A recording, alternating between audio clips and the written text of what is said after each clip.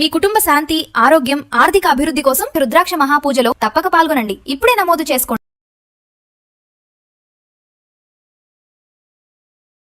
నరఘోష, శత్రుబాధలు మనల్ని వెంటాడుతూ ఉంటాయి. అలాంటి సందర్భాల్లో వాటి నుంచి బయటపడాలి, విముక్తి పొందాలి అని ఎన్నో ప్రయత్నాలు చేస్తుంటాం. వీటికి సరైన మార్గం ఏమిటి? వాటిని ఎలా గుర్తించాలి? మన జీవిత కాలంలో ఇలాంటివి మనకు ఎదురవుతూ ఉంటాయి. ఎలా వాటిని పసిగట్టాలి? ఏ విధంగా తొలగించాలి? ఇవంతా కూడా తెలియజేయడానికి ప్రస్తుతం మనతో పాటు ఉన్నారు మంత్రశాస్త్ర పండితులు బ్రహ్మశ్రీ కొండవీటి దత్తాత్రేయ శర్మ గురువు గారు. వారి ద్వారా విందాం ఒకసారి. గురువుగారు నమస్కారం. నమస్కారం. గురువుగారు, ఎంతో హ్యాపీగా ఉంటుంది లైఫ్, కపుల్స్ బాగుంటారు, ఫ్యామిలీ బాగుంటుంది. కానీ కొన్నిసార్లు ఈ నరఘోష, అలాగే శత్రుబాధలు, ఒకరు చూస్తున్నారని ఇమీడియట్ గానే ఏదో జరిగిపోవడం, ఇలాంటి సందర్భాలు కొందరు జీవితాల్లో ఎక్కువగా చూస్తూ ఉంటాం. గుడ్లకు వెళ్తూ ఉన్నాము, తీర్థయాత్రలు వెళ్తూ ఉన్నాము, కొన్ని క్రతువులు మాకు తెలుసో తెలియకో కొంతమంది బ్రాహ్మణుల ద్వారా, పండితుల ద్వారా చేయిస్తూ వస్తున్నాం. కొన్నిసార్లు ఎలాంటి ఫలితాలు అందట్లేదు. ఏంటి అసలు ఈ నరఘోష, శత్రుబాధల్ని మేము ఎలా పసిగట్టగలం? ఏంటి వాటికి ఏమైనా ఇండికేషన్స్ మనకు ఆ దేవుడు పంపిస్తూ ఉంటాడా? వాటిని ఎలా మేము ఓవర్కమ్ చేయాలి? అసలు మీరు ఏం చెప్తారు? వీటికి సంబంధించి ఏమైనా ప్రత్యేకంగా పాల్గొనాలి అంటే అలాంటివి ఏమైనా ఉంటాయా? ఒకసారి తెలియచేస్తారా గురువు? అలాగమ్మా. శ్రీ మహాగణాధిపతయే నమః. ఈ నరఘోష అనేటటువంటిది శాస్త్రం పెద్దలు చెప్పిన సామెత ఏంటంటే, నరఘోషకి నాపరాయి అయినా పగిలిపోతుంది. అంటే ఈ నరఘోష అనేటటువంటిది ఏంటి? మన మీద వాళ్ళు బంధువులే కానివ్వండి, మిత్రులే కానివ్వండి, శత్రువులే కానివ్వండి, వాళ్ళకు ఉన్నటువంటి ఈర్షాద్వేషముల యొక్క ప్రభావం నరఘోష. ఇప్పుడు ఒక వ్యక్తి జీవితంలో ఎదుగుతున్నాడు, కష్టపడ్డాడు, 4 రూపాయలు సంపాదించుకుంటున్నాడు, చక్కగా భార్య బిడ్డలతో ఆనందంగా ఉన్నాడు అనుకోండి. అది నాకు లేదే అని అనుకునేటటువంటి వాడు ఎవడైతే ఉంటాడో వాడు మనస్సులో అనుకుని వాడుకుంది నాకు లేదు, వాడు బాగుపడిపోతున్నాడు అని అవతల వాడు అనుకోవటమే నరఘోష. అవును గురు. అంటే ఇలా అనుకోగానే ఎదుటి వ్యక్తికి జరిగిపోతుంది అంటారా గురువు గారు? జరుగుతుంది అంటే అమ్మా, ఖచ్చితంగా జరుగుతుంది.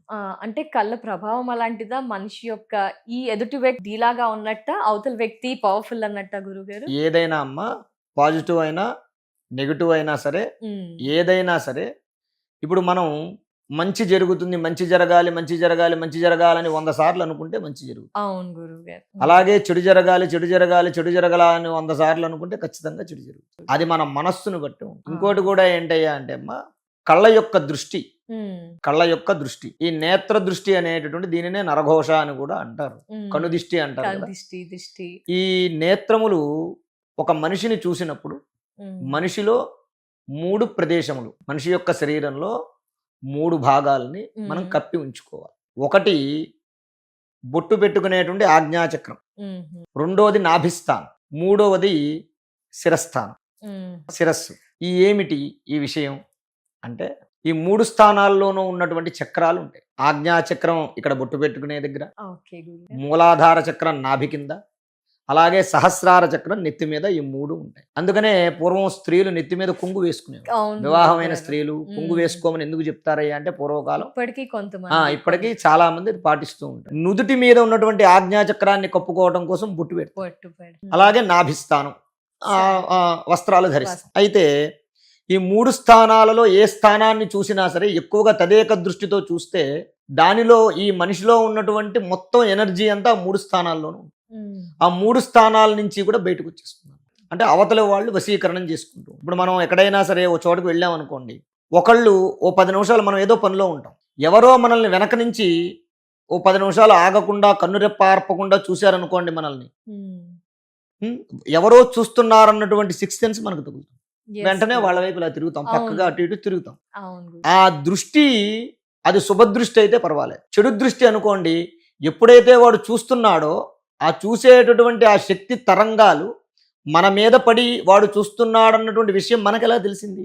ఆ ప్రభావం ఉంది కాబట్టే మనకు తెలిసింది, లేకపోతే మనకు ఎలా తెలుస్తుంది? వాడు ఎక్కడో వెనకాల కూర్చున్నాడు, చూస్తున్నాడు, మనకు ఎలా తెలుస్తుంది? దానినే నరదృష్టి అంట. కన్ను దృష్టి, నరదృష్టి. ఆ దృష్టి ప్రభావం అనేటటువంటిది తల్లి, తండ్రి, అన్నదమ్ములు, తోబుట్టువుల యొక్క దృష్టి ఎవరి మీద పడదు.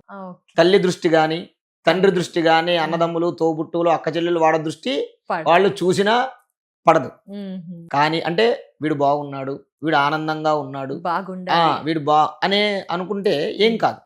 కానీ ఇదే బయటవాడు అనుకో, బయట వాళ్ళు బాగున్నాడు అని అనుకుంటే తప్పు లేదు, కానీ నేను బాగోలేదు వాడు బాగున్నాడు అని మాత్రం అనుకోకూడదు. నాకు లేదు వాడు బాగుపడిపోతున్నాడు, అని అనుకోకూడదు. అప్పుడు ఎప్పుడైతే వాడు బాధపడతాడో, వాడు మనస్సులో వీడు ఎదిగిపోతున్నాడు అనేటటువంటి వాడి మనస్సులో ఉన్నటువంటి బాధ ఏదైతే ఉందో ఆ బాధ నరదృష్టిగా, వాడి మానసిక క్షోభ మన ఎదుగుదలకి అడ్డంకిగా. ప్లస్ ఇంకోటి ఏంటంటే కళ్ళ యొక్క దృష్టి ఉంటుంది. కళ్ళ యొక్క దృష్టి, మనం దేన్నైనా తీక్షణంగా చూస్తున్నాం అనుకోండి, ఒక వస్తువుని, తలనొప్పి వస్తూ ఉంటుంది మనకి. అలాగే దాన్ని తీక్షణ దృష్టి అంటారు. ఎవరైనా మనల్ని గనక వీరు అందంగా ఉన్నారనో, లేకపోతే వీరు బాగుపడిపోతున్నారనో అదే దృష్టితో మనల్ని చూశారనుకోండి, ఈ నరఘోషకి ఫస్ట్ సెంటెన్స్ ఏంటంటే తలనొప్పి. ఆవలింపులు వస్తుంటాయి, హెడేక్ వస్తుంది, మనం ఎక్కువ పని చేయకపోయినా అలసట కలగటము, ఇవన్నీ కూడా వస్తూ ఉంటాయి.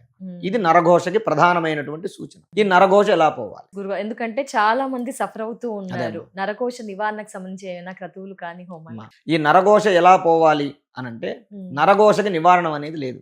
అవునా గురుగారు? మరి దీని ఇన్సిడెంట్ గా ఎప్పటికప్పుడు దాన్ని తగ్గించుకోవటం తప్ప, మనం ₹1,00,000 పెట్టి పూజ చేసినా సరే నరఘోష నివారణ అనేది ఉండదు. ఇప్పుడు ₹1,00,000 పెట్టి పూజ చేసాం, నరఘోష నివారణ అనేది పోయింది, అక్కడితో అయిపోయింది, ఉన్నది పోతుంది.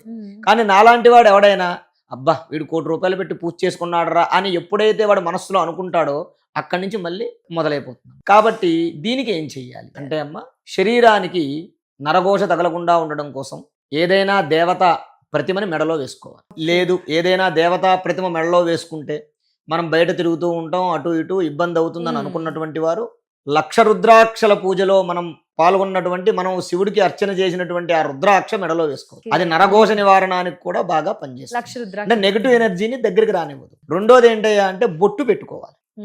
కుంకుమ బొట్టు, మగవాళ్ళైనా సరే ఆడవాళ్ళైనా సరే కుంకుమ బొట్టు ఆజ్ఞాచక్రంలో పెట్టుకోవాలి. పెట్టుకోవడం వల్ల ఏమవుతుందయ్యా అంటే ఆ కళ్ళ నుంచి వచ్చేటటువంటి ఆ వశీకరణ దృష్టి, ఆ నరదిష్టి అనేది తొలగిపోతుంది. ఇంకొకటి శత్రునాశక నరఘోష నివారక హనుమత్ హోమం అని ఉంటుంది.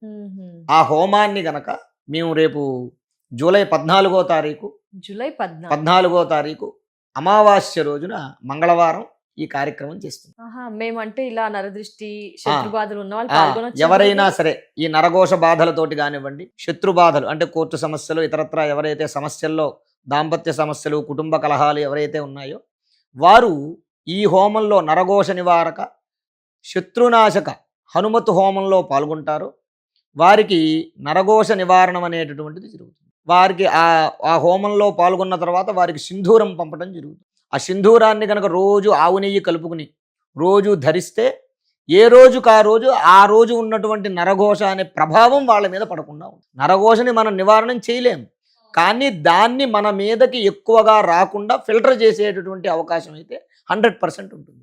ఆ ప్రభావం మన మీద పడదు. కాబట్టి ఆ రకంగా 14వ తారీఖు, జూలై 14వ తారీఖు మంగళవారం అమావాస్య రోజున మనం నిర్వహించేటటువంటి ఈ శత్రునాశక నరఘోష నివారక హనుమత్ హోమంలో ఎవరైనా పాల్గొనేవారు ఉంటే కింద స్క్రోల్ అయ్యేటటువంటి నెంబర్లకి కాల్ చేసి పేర్లు గోత్రాలు నమోదు చేసుకున్నటువంటిదైతే వారి పేరు మీద శత్రునాశకం కోసం, అంటే శత్రు బాధలు తొలగిపోవటానికి, నరఘోష ప్రభావం వారి మీద పడకుండా ఉండడానికి మనం విశేషంగా హోమం చేయడం జరుగుతుంది.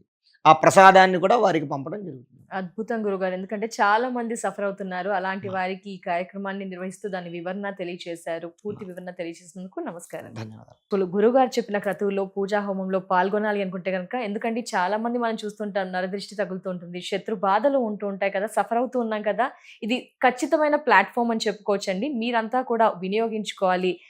నరదోష నివారణ హోమంలో పాల్గొనాలి, హనుమత్ కార్యక్రమ హోమంలో పాల్గొనాలి అనుకుంటే పాల్గొనాల్సిందే అండి. మంచి రిలాక్సేషన్ ఉంటుంది, రిలీఫ్ ఉంటుంది. ఎందుకంటే నరదృష్టి నరపరాయే అంటూ గురుగారు చెప్పారు. అది నిజంగా కదండి. డెఫినెట్గా పాల్గొనాలి అనుకుంటే కనుక స్క్రీన్ పై నెంబర్ ఉంటుంది కదండి, మిగతా వివరాలని తెలుసుకోండి. నమస్కారం.